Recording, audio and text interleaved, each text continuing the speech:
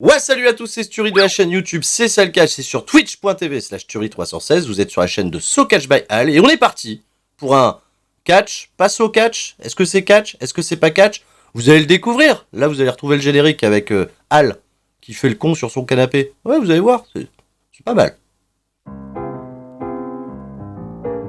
Cette vidéo n'est pas vraiment So Catch. Stone Cold Steve Austin, The Rock, Bret Hart et The Undertaker. Alors là, c'est pas bien simple. Parce que si je me mets à la place, tu vois, de l'enfant, du petit moi qui les a découverts à l'époque sur Canal+, commenté par Raymond Rougeau, Guy Auré, Jean Brassard, etc. Eh ben, j'aurais tendance, tu vois, à déjà garder The Undertaker, parce qu'il m'a fait quand même pas mal d'effets à l'époque. Et un petit peu plus tard, quand c'était Raymond Rougeau et Philippe Hartman, Philippe Hartman, hein? Ouais, bah moi je m'en souviens.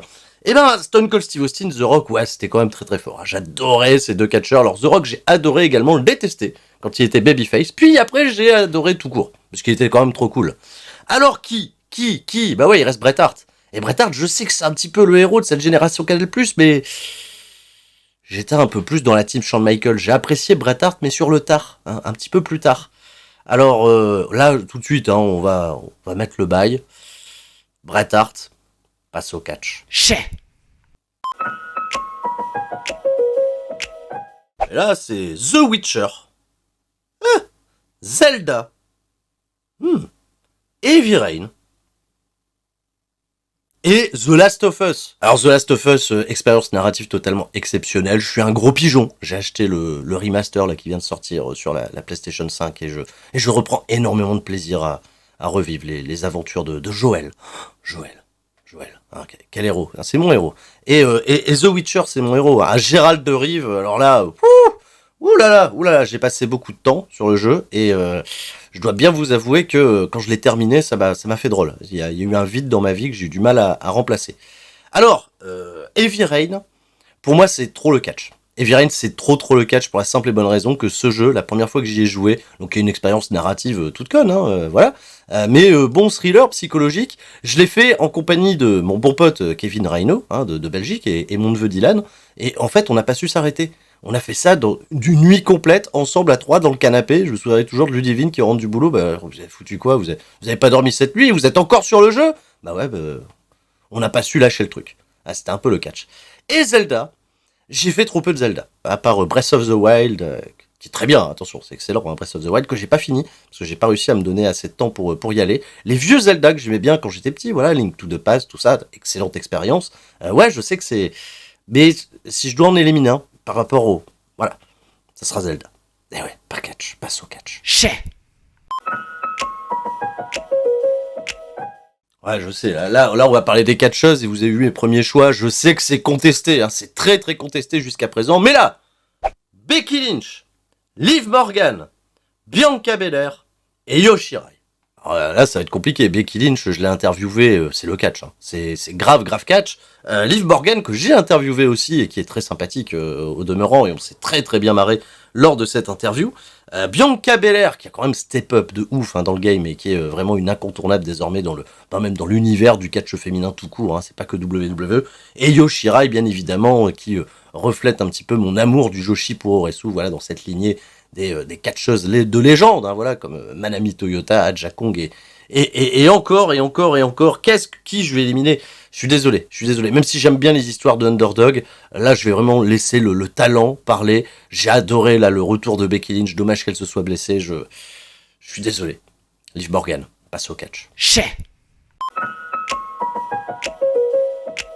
Mindless Self-Indulgence. Je vous invite à découvrir. C'est un très bon trip. Imagine Dragons. Oui. Orelsan et Cardi B. Alors là, les quatre là, à la suite, là, Mindless Self-Indulgence, Imagine Dragon, Orelsan, Cardi B. Là, vous voyez l'éclectisme. Et s'il fallait en éliminer un, voilà, putain, mais pense au catch. Parce que Cardi B, moi, musicalement, j'adore. Je regarde pas les clips. Non, je regarde pas les clips. Il paraît que c'est bien, mais j'ai jamais pris le temps de regarder.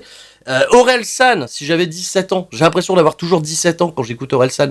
J'aurais adoré découvrir Orelsan quand j'étais au lycée, tu vois, quand t'es dans les moods, etc., et que t'as un grand frère qui te remue. Orelsan, trop cool. J'adore Orelsan, donc je peux pas éliminer Orelsan.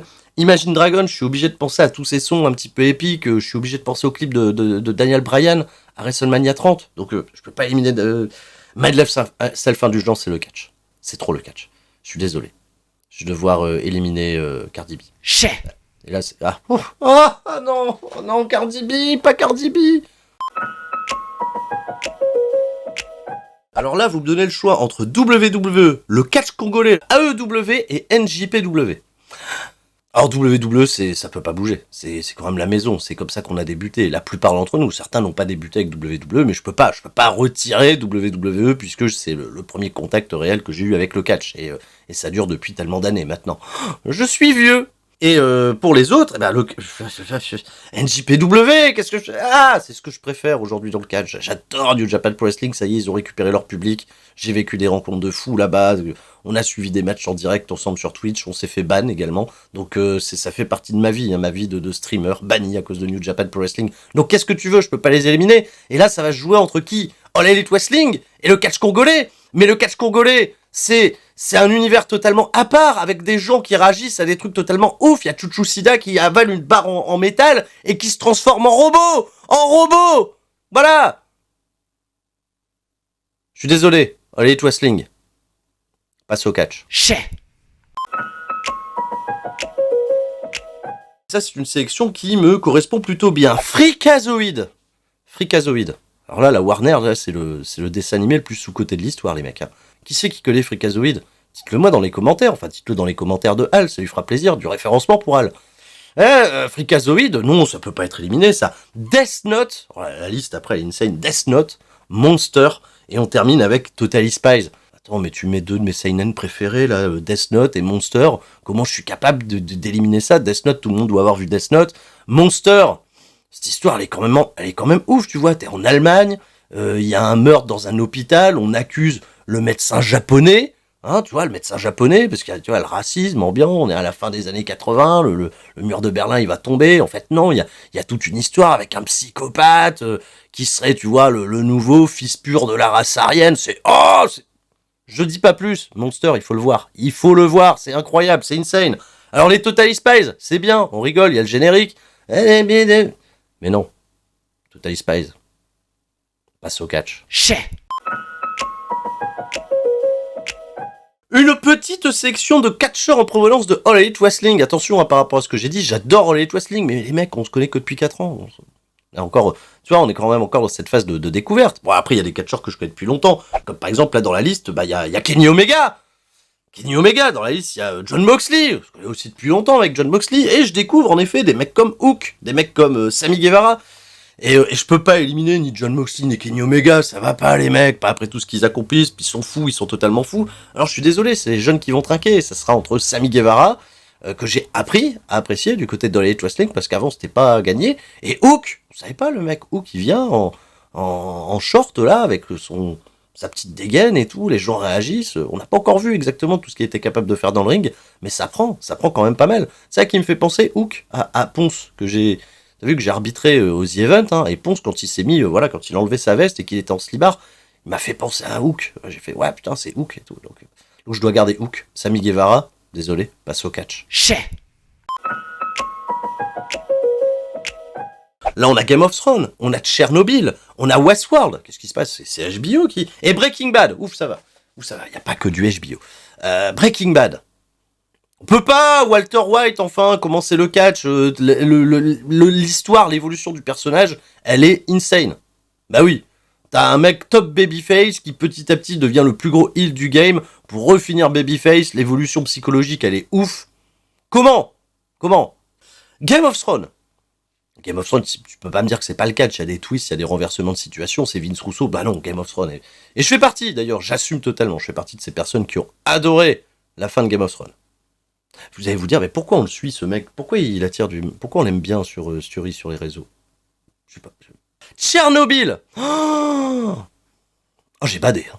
Oh là là, qu'est-ce que j'ai badé, ce truc-là. Ah, ça te met une claque. Alors, vous voyez Tchernobyl, mais par contre, derrière... Enfin, voyez-le en étant bien dans votre vie. Hein, honnêtement, oui. Et Westworld. Alors, Westworld, ouais, l'évolution, elle est quand même pas mal. Hein. C'est pas... Avec les robots et tout, c'est dur. Je crois que ça va jouer quand même entre Tchernobyl et Westworld. Et Westworld, en réalité, j'ai pas encore été jusqu'au bout. La saison 1, je l'ai adorée. La saison 2, elle a commencé petit à petit à me perdre. Et j'ai toujours pas vu la saison 3. Mais la saison 1, elle est ouf. La saison 1, elle est ouf. Ouais, c'est bizarre. J'ai mis Tchernobyl. Je suis désolé. Ouais. Parce que c'est pas le catch. Là, on te veut que du mal dans Tchernobyl. Il y a pas de happy end. Non. Il y a que du bad. Tchernobyl. Passe au catch. Alors là, les mecs, là, je vais parler du catch français. Attention, il va y avoir des vidéos réponses. Al, t'es pas prêt. Tu soulèves c'est le bordel, La boîte de Pandore s'ouvre. N-Catch. Ah, N-Catch, qui connaît N-Catch? Est-ce que vous allez voir des shows d'N-Catch? Est-ce que vous en avez vu récemment? C'est impossible. C'est fermé en 2013. Westcatch. Ah, Westcatch, ça vous avez connu peut-être sur la chaîne YouTube, c'est ça le catch. La Rix Catch et l'APC. Alors je peux pas éliminer N-Catch, même si au final, tu vois, c'était un petit peu l'apprentissage pour moi d'écrire des shows, de raconter des histoires, de performer également en tant que catcheur à l'époque. Bon, c'était pas terrible, j'ai bien fait de m'arrêter. Mais N-Catch, non, je peux pas enlever N-Catch parce que ça fait partie véritablement de ma vie. Westcatch. Une sacrée aventure quand même, Westcatch, on vous a diffusé des choses sur la chaîne C'est ça le catch, on a vécu l'arrivée de l'Alliance, le couronnement également de Tristan Archer, qui avait battu Peter Fisher pour le titre. Derrière, il y a la rébellion, la trahison, le roi qui fait tomber Archer, et Archer qui va vouloir se venger, et finalement c'est Fisher qui reprend le titre, on comprend plus rien, enfin bref, gros bordel, on s'est bien marré. Westcatch, alors Rix APC, c'est entre vous, il y a un des deux qui saute. Et pour l'APC, je peux pas éliminer l'APC. L'APC, ils m'ont donné une possibilité de bosser devant un public de passionnés. À l'époque, déjà en tant que catcheur, mais surtout en tant que présentateur, ça a été un réel plaisir d'aller chauffer la foule là-bas et de prendre du temps de discuter avec chacune des personnes du côté de l'APC. Malheureusement, mon emploi du temps me permettait plus d'assurer des dates aussi régulièrement le dimanche, et je voulais pas non plus les emmerder, donc j'ai fini par dire bah non, je peux pas rester à la PC. Avec regret ou pas, en tout cas, c'est une des meilleures expériences également que j'ai vécues là-bas, c'était d'aller présenter les shows devant ce public bouillant qui me laissait un petit peu carte libre pour foutre l'ambiance, pour qu'on se marre ensemble. Donc ouais. Et Rix Catch, j'ai juste commenté un show, c'est très solide de ce qu'ils font, mais s'il faut en éliminer un, malheureusement, Rix Catch passe au catch. Cassandro El Exotico, on a Chuchucida, j'en ai parlé tout à l'heure, il revient avec sa barre de fer, il se transforme en robot. Et on a également Mike Quackenbush et Antonio Inoki. Là, c'est varié, là c'est vraiment divers horizons, là c'est 4 personnes que j'aime bien dans le catch. Cassandro El Exotico, ouais, je peux pas éliminer Cassandro. Il y a le côté où ça m'a beaucoup fait gaulerie, il y a ce côté aussi de la culture du catcheur ouvertement gay, qui c'est pas dans un milieu en plus très machiste au Mexique, et qui a réussi à s'imposer, qui a vécu quand même des dingueries. Il y a un super film documentaire qu'il faut aller voir. Chuchucida, pour toutes les raisons que j'ai évoquées, c'est le catch congolais, les amis. Alors oui, Chuchucida, il va pas faire des flips comme des ricochets, des Will Ospreay, tu vois, mais par contre il a du storytelling, et on sait pas ce qui va se passer. Il se passe des dingueries. Donc Chuchucida, ça se garde. Ça va se jouer entre Mike Quackenbush et Antonio Inoki. Alors Quackenbush, le chain wrestling, etc., c'est quand même pas mal. Et puis même tout le projet à l'époque, Chikara, ça me plaisait énormément. Mais Antonio Inoki, attends, Inoki, l'histoire elle est ouf. Le mec, il fonde New Japan à la mort de Riki Dozan, 1972. Il va affronter Mohamed Ali. Il a fait le catch contre la boxe. Il a mis des gros low kicks à Ali. On savait même pas ce que c'était un low kick, et Ali, lui non plus. Il dit bah merde, le mec il tape dans mes jambes, comment on fait? Ah non, moi je peux pas éliminer Antonio Inoki. Bon, après il part en couille, le catch c'est super, les années 90, New Japan, après il y a l'inokiisme, le mec il arrive érigé comme un dieu et tout, il met des baffes à tout le monde. Ouais, c'est insane, l'histoire sur le long terme elle est ouf. Et Mike Quackenbush, l'histoire sur le long terme elle finit pas si bien. Bon, alors qu'est-ce qu'on fait? Bah je suis désolé, Mike Quackenbush passe au catch.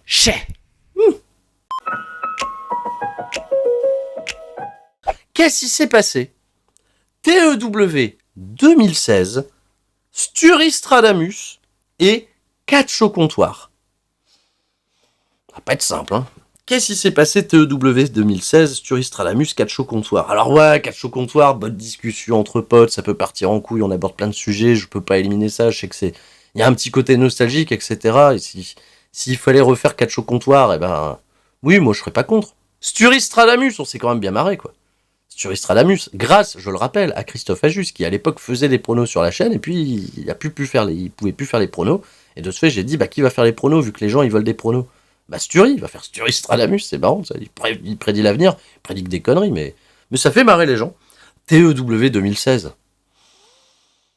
Attends, cette série totalement insane, c'est incroyable, j'adore le soutien que vous m'apportez sur cette série, il y a des épisodes qui pop des fois tous les 8 mois, mais vous êtes heureux, quoi, parce qu'il y a toute l'histoire qu'on raconte, qu'on réinvente de la ECW depuis 1995, à l'heure où je vous parle, on arrive à l'année 2000, hein, et tout a changé, la WCW, ils sont pas sur le point de mourir, ils ont recruté The Rock, Goldberg est champion des États-Unis depuis 2 ans, mais bon, champion mondial, non, le champion mondial c'est Hayabusa. Pour vous dire, il va bien, il se blesse pas la nuque et tout. Brian Pillman est toujours vivant d'ailleurs. Non, c'est fou, c'est totalement fou. Donc non, TEW 2016, attends, on n'enlève pas TEW 2016, donc ça se joue entre quoi? Qu'est-ce qui s'est passé? Sturistradamus? Mais qu'est-ce qui s'est passé? C'est pas un rendez-vous super attendu quand même? Sturistradamus, est-ce que ça va vivre tout le temps? Est-ce qu'on peut s'en passer? Sturistradamus, passe au catch. Chais. Désolé, il faut faire un choix. Sturistradamus. Voilà, c'est tout. C'est la fin de la vidéo. Je sais, vous êtes déçus, vous auriez aimé que ça dure plus longtemps, mais il y a d'autres catch, passe au catch, allez voir, d'autres collègues, hein, de catcheurs, etc. Allez les voir, allez soutenir. Et merci à Al pour les questions. C'était Sturi. Eh, tout le monde, reste fort. Et vous êtes en droit de pas être d'accord avec moi, mais c'était mon passe au catch. C'était mon passe au catch. Des bisous. Ciao, bye bye.